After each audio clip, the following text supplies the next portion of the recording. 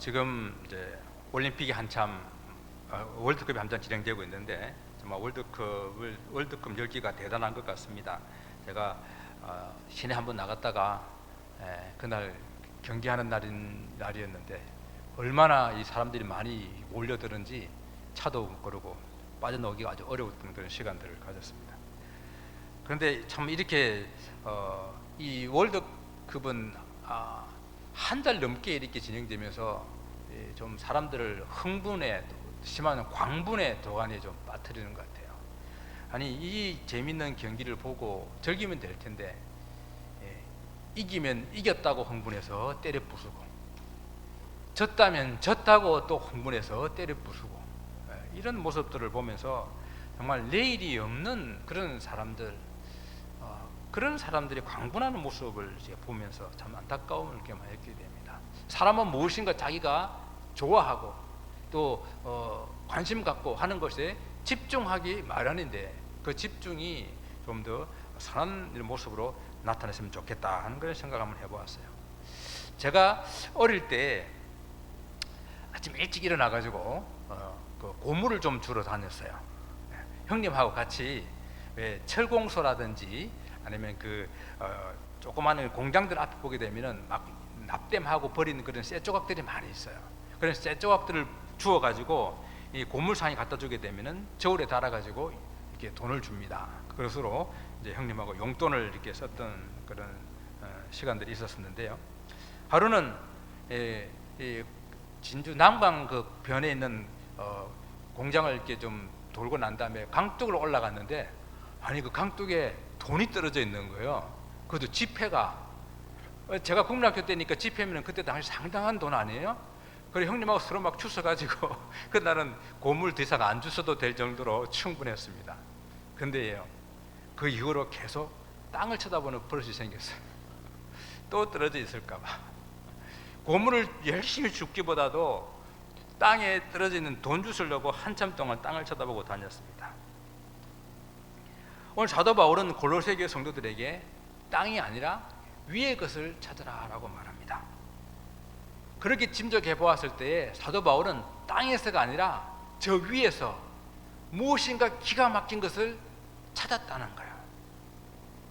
그 찾은 것이 너무도 좋아서 자기 혼자만 간직하기 너무도 아까워서 우리들에게까지 저 위의 것을 찾으라고 우리들의 시선을 저 위로 향하라고 말하고 있습니다. 오늘 우리는 이 사도 바울의 인도에 따라서 우리 시선을 저 위로 향할 수 있는 그런 시간이 되었으면 좋겠습니다. 바울은 지난 시간에 이 땅에 있는 우상을 섬기는 일이나 자신의 몸을 육신을 괴롭게 해가지고 금욕적인 그런 생활을 하는 것이나 이런 것들이 아무런 신앙생활에 유익이 없다라고 이야기를 했어요. 그런 것들은 그저 사람들이 만들어 놓은 그런 계명들이고 가르침일 뿐이다라고 말했습니다. 사도 바울은 오히려 말 못하는 우상을 섬기고 아니면 몸을 아주 금욕적인 방법으로 세상을 이렇게 회피하는 그런 삶이 아니라 보다 적극적으로 하늘을 바라보며 위의 것을 찾는 그런 사람이 되어야 된다라고 고민하고 있는 것입니다. 그럼 바울은 왜 우리가 이 위에 있는 하늘을 바라보며 위의 것을 찾아야 되는 그런 사람들인지를 우리에게 먼저 그 이유를 설명하고 있는데요. 그 이유 첫 번째 이유는 우리가 그리스도와 함께 살리심을 받았기 때문이다라고 말하고 있습니다. 이 말은 우리 그리스도인의 정체성이 무엇인지를 가장 잘 표현해 주는 그런 말이라고 생각해요. 그리스도와 함께 살아난 사람, 그것이 저와 여러분입니다.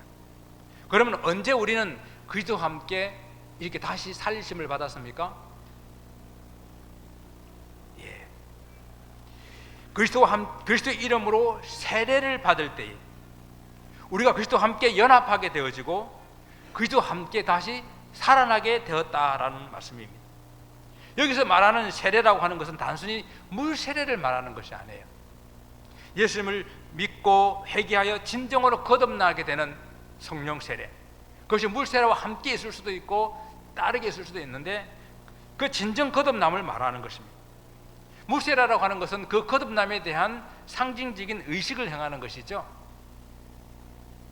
그래서 사도 바울은 로마서에서 그리스도 예수와 함께 합하여 세례를 받은 우리는 그의 죽으심과 함께 합하여 또한 세례를 받은 것이다 라고 말하면서요, 이렇게 말합니다. 만일 우리가 그의 죽으심과 같은 모양으로 연합한 자가 되었다고 한다면 또한 그의 부활과 같은 모양으로 연합한 자가 되리라. 그렇습니다.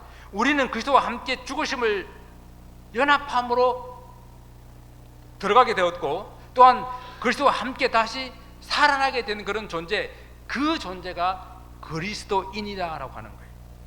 그래서 바울은 예수를 믿고 그와 연합하게 된 이 사람은, 이 그리스도인들은 이 땅에 있는 것들을 쫓아 사는 것이 아니라 저 위에 있는 것들을 바라보며 위의 것들을 찾으며 하늘의 것들을 찾는 그런 사람이 되어야 된다라고 그렇게 이해하는 겁니다.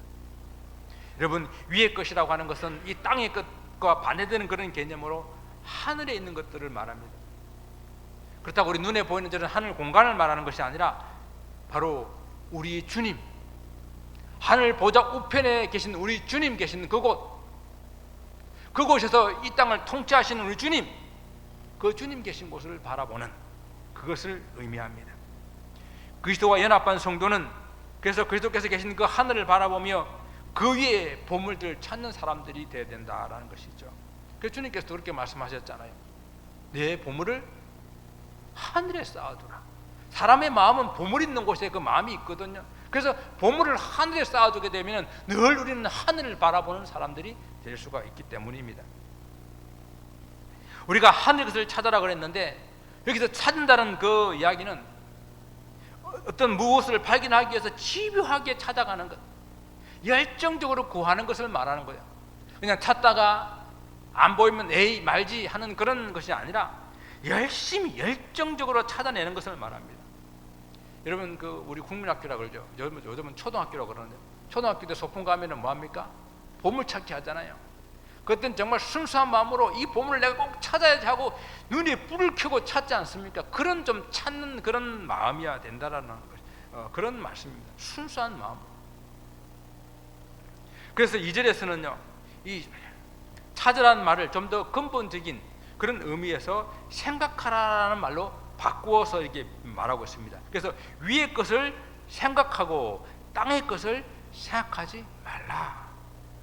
찾으라는 말은 좀 행동에 초점을 맞춘 그런 말이라고 한다면은, 생각하라고 하는 말은 보다 내면적이고 근본적인 마음의 생각의 변화를 일으키는 그런 명령을 주는 것이라고 볼 수가 있겠습니다. 우리 너무도 잘 알고 있잖아요. 사람이 그 마음속에 무엇을 품느냐, 무엇을 생각하냐에 따라 가지고 말과 행동이 나오고 그렇게 표출될 수밖에 없다는 사실을 우리는 잘 알고 있습니다. 그래서 우리가 무엇을 생각하느냐, 그것은 너무도 중요한 거예요. 늘 땅의 것을 생각하고 땅의 것을 찾고 땅의 것을 쫓느냐, 아니면 저 하늘의 것을 생각하고 하늘 것을 쫓고 하늘 것을 찾느냐, 이것은 전혀 다른 삶입니다.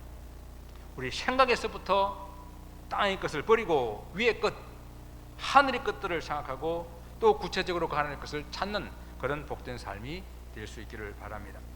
두 번째 이유는 우리가 그리스도와 함께 죽었기 때문입니다. 그리스도와 함께 다시 살리셨다라고 하는 이야기는 먼저 뭐가 전제됩니까? 죽었다라는 것이 전제가 되잖아요.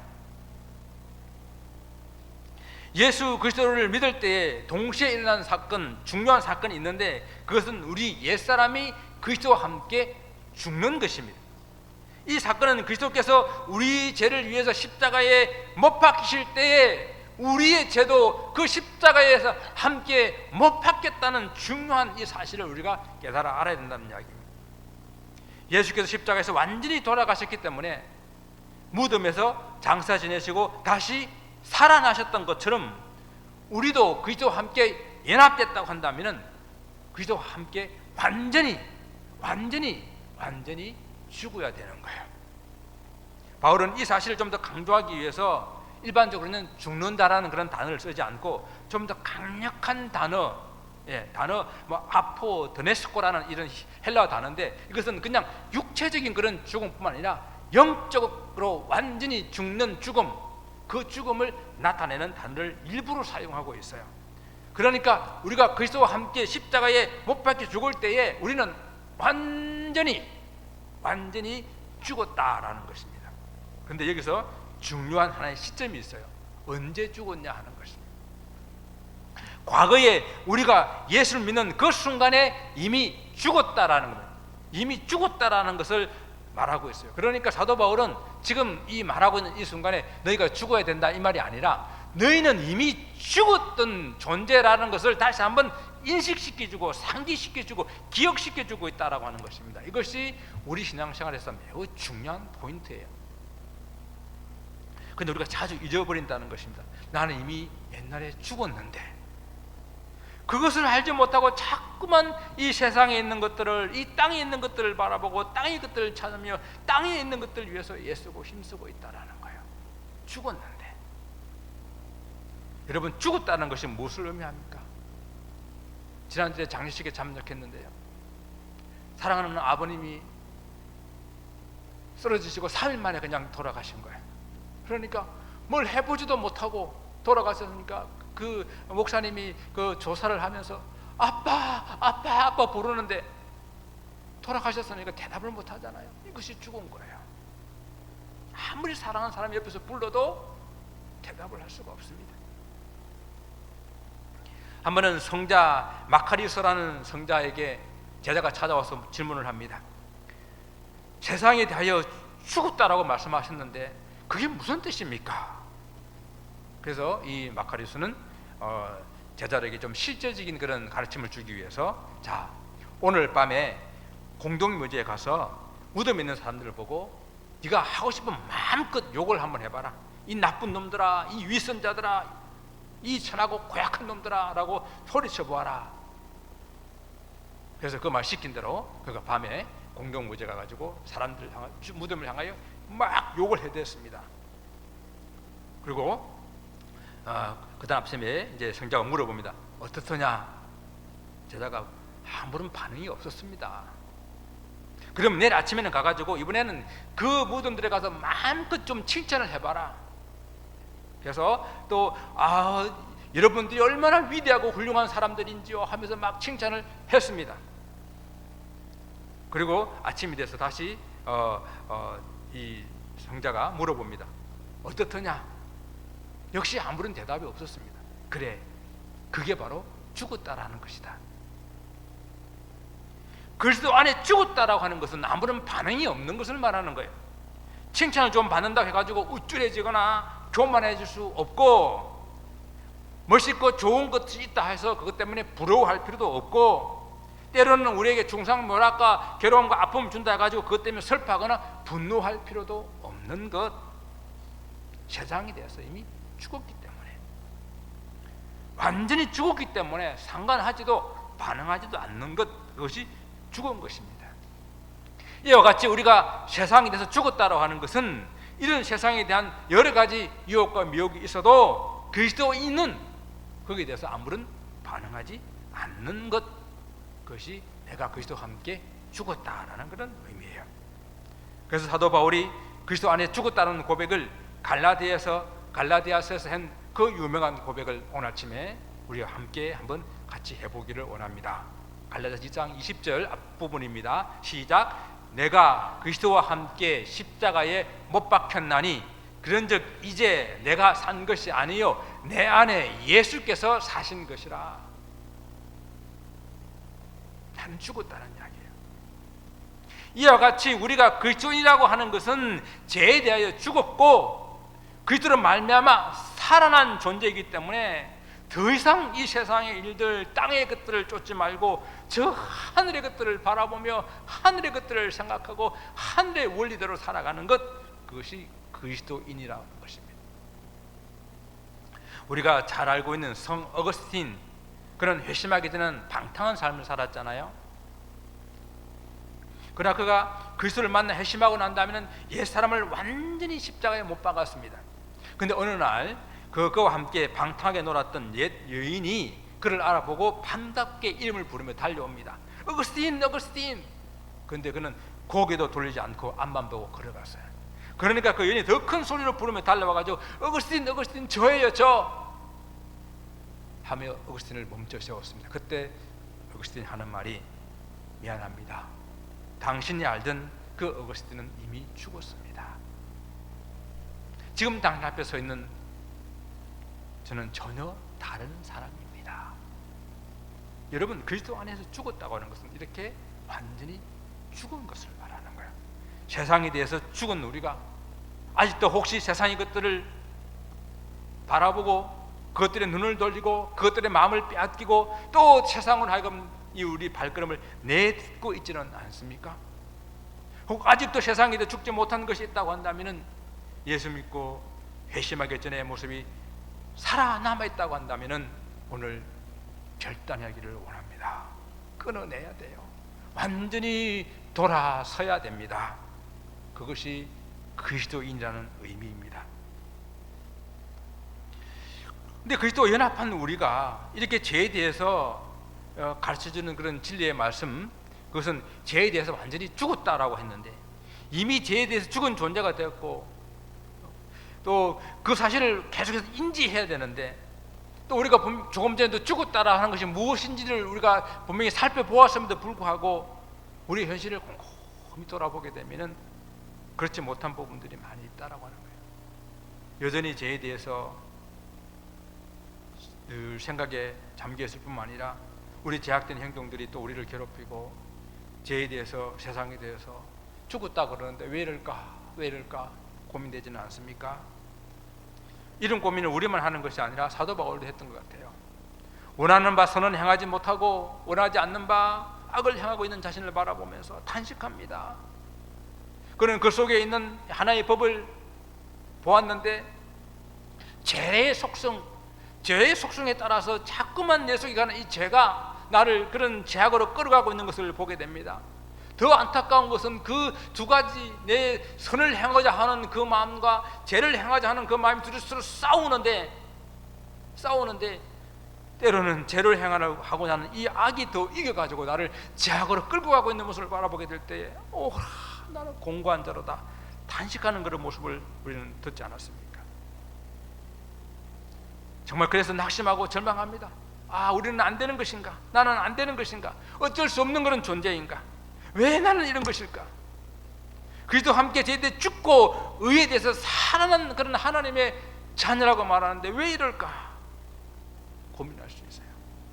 그런데 사랑하는 성도 여러분, 아직 낙심하기는 이릅니다. 오늘 보면 3절에 너희 생명이 그리스도와 함께 하나님 안에서 감춰져 있습니다 라고 말하고 있습니다. 때로는 좀 실패하고 때로는 좀 낙심할 일들이 많이 생기긴 하지만, 그러나 그것 때문에 좌절하고 주저앉지 말아야 할 것은 우리 속에 뭐요? 생명이, 그리스도와 함께 하나님 안에서 감춰져 있는 생명이 있다라고 하는 것입니다. 그런데 왜 생명이 감춰져 있었을까? 생명이 감춰져 있다라는 이 말의 의미는, 첫 번째는요, 우리 그리스도 안에 우리가 그리스도와 연합해서 얻은 이 새 생명이 있는 것은 분명하지만 그것이 확실하게 밖으로 드러나거나 표시가 나지 않는다라는 그런 의미가 있어요. 감춰져 있다라는 것은. 우리가 예수 믿고 나서 새 생명 얻고 나면 좀 이러면 좋지 않겠어요? 갑자기 이 머리 뒤에 후광이 막 이게 생긴다든지, 아니면 갑자기 이 어깨하고 옆구리에 천사의 날개가 좀 이렇게 돋아난다든지, 이렇게 되게 되면 이는 하나님의 좀 사람이구나, 새 생명이 그 속에 있다라는 것을 아는 그런 모습이 좀 보일 텐데, 예수 믿고 난 다음에도 겉으로 보이는 것이 별로 구별되지 않고 하나님 자녀라는 어떤 차이도 보이지 않고, 어떨 때는 예수 믿고 나면 좀 더 잘 될 줄 알았는데 오히려 믿지 않는 사람이 더 잘 되고 더 오래 살고 건강하고 돈도 잘 벌고 출세도 하고, 이런 것을 보게 될 때에 속상할 때도 있습니다. 그러나 이런 것 때문에 낙심하고 실망할 필요가 없다는 거예요. 왜? 우리 속에 있는 이 생명, 비록 감춰져 있지만은 분명한 이 생명이 우리 속에 있기 때문입니다. 그럼 왜 생명이 감춰져 있을까요? 감춰져 있는 생명의 두 번째 이유는요, 그 의미는, 감춰졌다고 하는 것은 그냥 드러나지 않았다는 그런 의미도 있겠지만은, 전능하신 우리 하나님께서 그 생명을 가장 안전하게, 가장 귀하게 보호하고 계신다라는 그런 의미를 가지고 있습니다. 하나님 안에 있는 이 생명, 그래서 그 누구도 빼앗아 갈 수가 없다라는 확실한 보장이 되는 그런 생명이라는 그런 의미예요. 여러분 사무엘상에 보게 되면요, 아비가일이 즉 자기 남편 그 미련한 남편 나발 때문에 큰 위기에 처했을 때에 먼저 달려가 가지고 그 다윗 앞에 용서를 구하면서 이렇게 다윗에 대해서 칭찬하고 축복하는 말을 이런 말을 합니다. 사람이 일어나서 내주를 쫓아 내주의 생명을 찾을지라도 내주의 생명은 내주 하나님 여호와께서 함께 생명 싸개 속에 쌓였을 것이요 라고 말합니다. 이런 다윗이 많은 사람들이 다윗을 죽이려고 이렇게 달려들고 다윗을 공격하더라 하더라도 다윗의 생명이 안전하게 보호되는 이유는 여호와 하나님께서 생명 싸개로 다윗을 쌓아놓았기 때문에, 안에 안전하게 보호하기 때문에 어떤 생명, 어떤 것들도 다윗의 생명을 해할 수 없다라는 그런 아주 지혜로운 아비가일의 이야기예요. 이와 같이 우리가 그리스도와 연합되게 되게 되면 그리스도라고 하는 생명 주머니에 우리를 넣어서 안전하게 지켜주시기 때문에 그 어떠한 위협도 어떠한 어려움이 와도 이 생명은 결코 빼앗기지 않는다라는 것입니다. 그래서 주님께서도 내 손에서 빼앗을 자가 없느니라 라고 선포하셨어요. 사도 바울도 이 분명한 사실을 깨닫고 그가 말하기를 내가 확신하노니 사망이나 생명이나 천사들이나 권세자들이나 현재일이나 장래일이나 능력이나 높음이나 깊음이나 다른 어떤 피조물이라도 우리를 주 예수 그리스도 사랑 안에서 빼앗을 사랑이 아무것도 없다라고 선포합니다. 감춰져 있다는 이야기는요, 단순히 눈으로 볼 수 없을 뿐이지 그 속에는 분명한 생명이 있고 그 생명은 하나님의 온전한 보호 속에 있다라고 하는 이야기입니다. 혹독한 겨울을 지날 때에 나무는 죽은 것 같이 보이지만 그런 봄이 되면 그 속에서 파릇파릇한 새순이 돋아나는 것은 그 속에 생명이 있기 때문이죠. 생명이 죽은 나무 같았지만 그 속에 감춰지는 생명은 새싹을 피우게 되는 것과 같이 우리도 그리스도와 연합하게 되게 되면 이 얻게 된 이 감춰진 생명이 우리 속에서 하나님의 보호 속에 있다라고 하는 것입니다. 그런데 있잖아요, 이 생명이 감춰져 있는데 그것이 영원히 감춰져 있으면 그 생명이 무슨 소용이 있겠어요? 그죠? 영원히 감춰져 있는 것은 생명이 아무런 의미가 없습니다. 때가 되면은 그 생명은 밖으로 그 모습을 나타나게 되잖아요. 어머니 뱃속에 있는 그 생명이 10개월이 지나게 되면은 세상으로 그 모습을 드러내음과 마찬가지로 그리스도와 함께 있는 이 생명, 하나님 안에 생명 싸개에 감춰져 있는 이 생명이 드러날 때가 있어요. 그때가 언제입니까? 우리의 생명 되신 그리스도께서 다시 이 땅에 오실 때입니다. 즉 우리의 주님께서 다시 오실 때에, 우리 주님께서 재림하실 그때에 우리 속에 감춰져 있던 이 생명이 드러나게 됩니다. 여기서 나타난다, 드러난다는 이 안은 명백하게 보인다, 드러난다라는 그런 뜻을 가지고 있어요.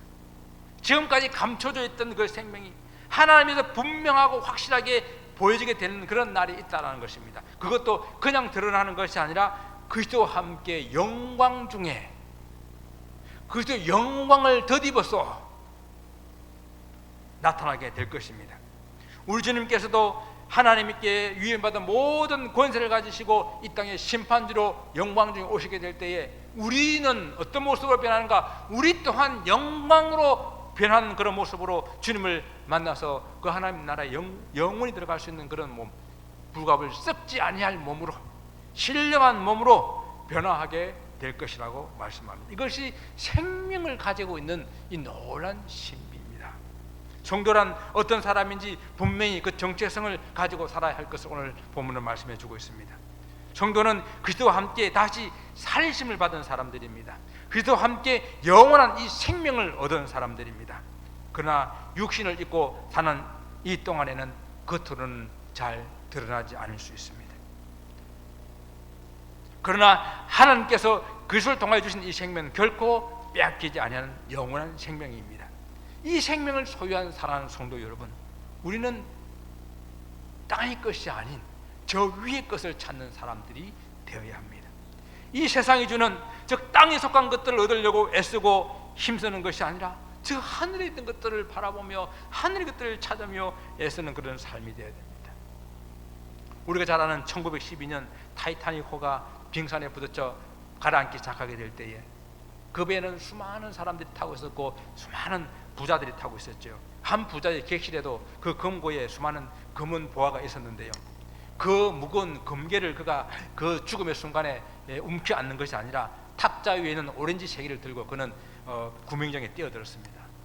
배가 가라앉는 절체절명의 그 시간에는 그 금은 보화보다도 타는 목마름을 적셔줄 수 있는 오렌지가 자기 생명을 더 구원해 줄 수 있는 좋은 것인 줄 알았기 때문인 거예요.